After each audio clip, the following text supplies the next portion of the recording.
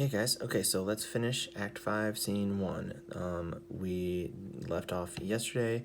Benedict came in, yelled at Claudio and Pedro, challenged Claudio to a duel, and then left. And it wasn't until he left that Pedro and Claudio realized that he was being serious. And they still kind of make fun of him because they still don't know what's going on. But Dogberry, Vergis are about to enter with Conrad and Baraccio, and stuff is going to hit the fan. Let me be. Pluck up, my heart, and be sad. Did he not say my brother was fled? Enter Dogberry, Vergis, and the Watch, with Conrad and Baraccio. Come you, sir. If justice cannot tame you, she shall ne'er weigh more reasons in her balance. Nay, an you be a cursing hypocrite once, you must be looked to. How now? 2 of my brother's men bound? Baraccio one? Hearken after their offence, my lord. Go find out what they did. What offence have these men done? Marry, sir, they have committed false report. Moreover, they have spoken untruths. Secondarily, they are slanders. 6th and lastly, they have belied a lady. Thirdly, they have verified unjust things. And to conclude, they are lying knaves. Okay, so if you pay attention to what he's saying, everything that he says that they did is the same. Committed false report is the same as speaking untruths. It's the same as being slanderers. The same as belied a lady. So the other part of it is first, second, 6th, 3rd, last. So like he has the things that are all out of order. So Pedro's going to make fun of him a little bit by kind of mimicking what Dogberry just said.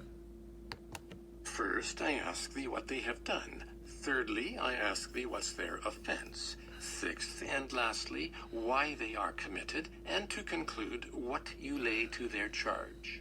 Rightly reasoned, and in his own division, and by my troth, there's one meaning well suited. Who have you offended, masters, that you are thus bound to your answer?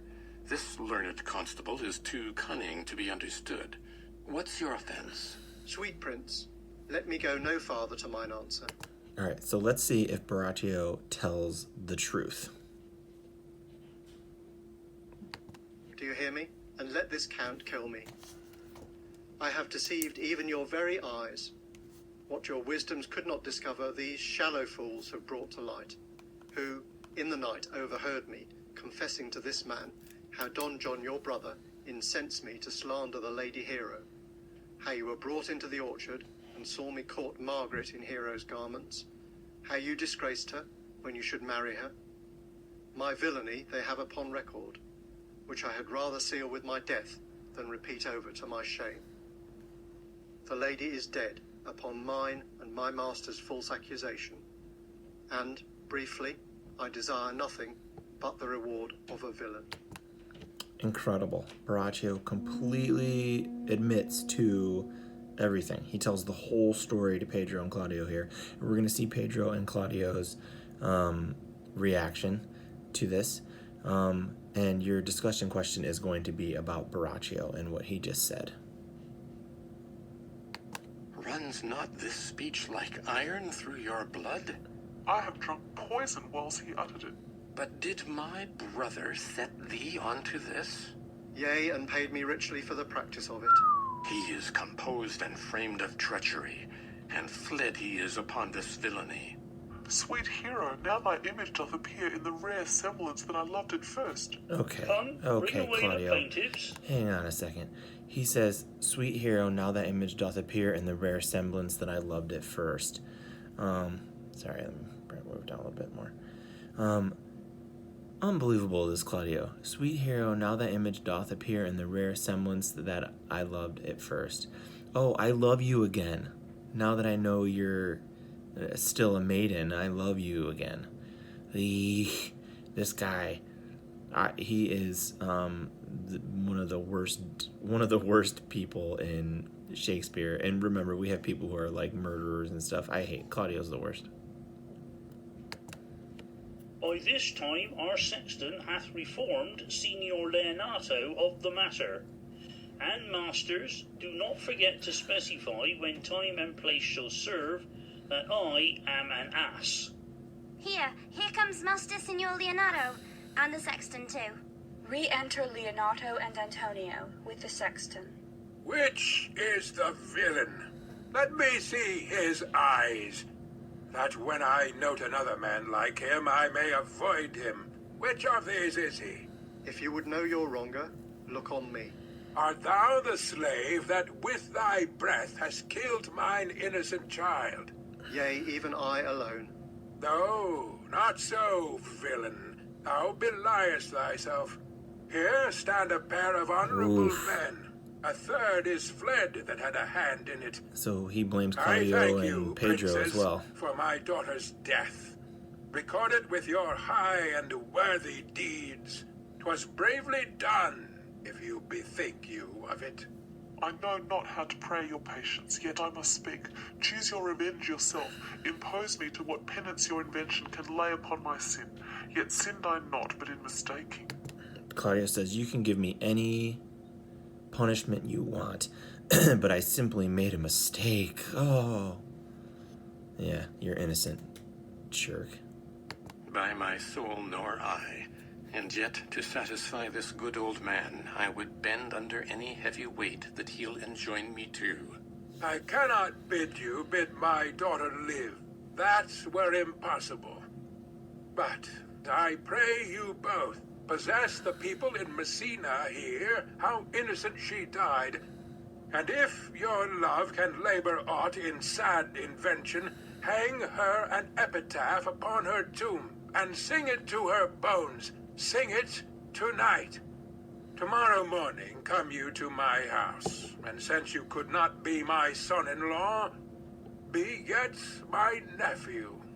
What? My brother hath a daughter, almost a copy of my child that's dead, and she alone is heir to both of us. What? Give her the right you should have given her cousin, and so dies my revenge. Okay, what? The first parts are totally reasonable.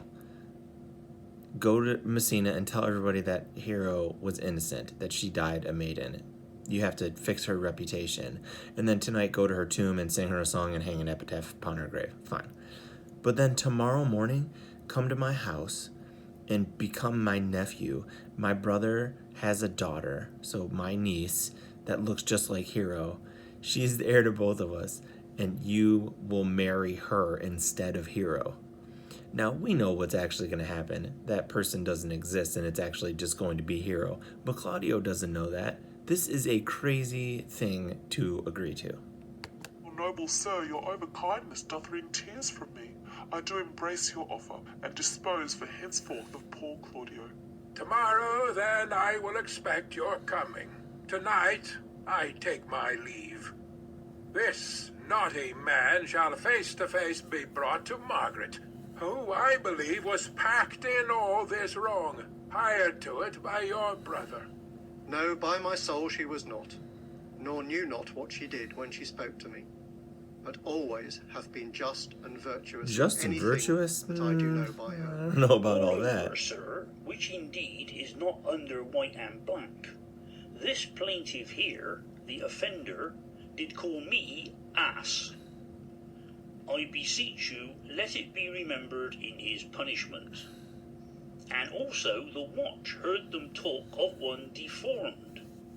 They say he wears a key in his ear and a lock hanging by it, and borrows money in God's name, which he hath used so long and never paid, that now men grow hard-hearted, and will lend nothing. Dogberry is just for confusing God's sake. something that he heard Pray Conrad you and Braccio examine talking upon about. that point. He's just talking nonsense I again. thank thee for thy care and honest pains. Your worship speaks like a most thankful and reverent youth, and I praise God for you. As for thy And pains, then now gives him some God money. save the foundation. go, I discharge thee of thy prisoner, and I thank thee. I leave an arrant knave with your worship, which I beseech your worship to correct yourself for the example of others. God keep your worship, I wish your worship well. God restore you to health. I Yeah, humbly Dogberry give is you so leave annoying to depart, everybody. And if a merry meeting may be wished, God prohibit it. Come, neighbour. Exeunt Dogberry and Verges. Until tomorrow morning, lords. Farewell. We will not fail. Tonight I'll mourn with Hero. To the watch. Bring you these fellows on. We'll talk with Margaret how her acquaintance grew with this lewd fellow. Exeunt severally. All right, that's it. That's the end of scene 1. So go check out the discussion post.